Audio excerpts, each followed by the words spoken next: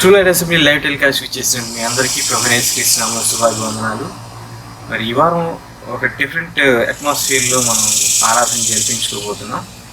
So it's little bit different than normal. మరి COVID-19 వలన, pandemic situation వలన మనందరం డిఫరెంట్ సిచ్యుయేషన్స్లో ఆరాధన జరుపుకునేటటువంటి కృపను దేవుడు అనుగ్రహించారు. మరి అందుకు దేవునికి మహిమ. అయితే తడవ చేయకుండా మనం కళ్ళు మూసుకున్నట్లయితే ప్రార్థన చేసుకుని ఈ ఆదివారపు ఆరాధనను ఆరంభించుకుందాం.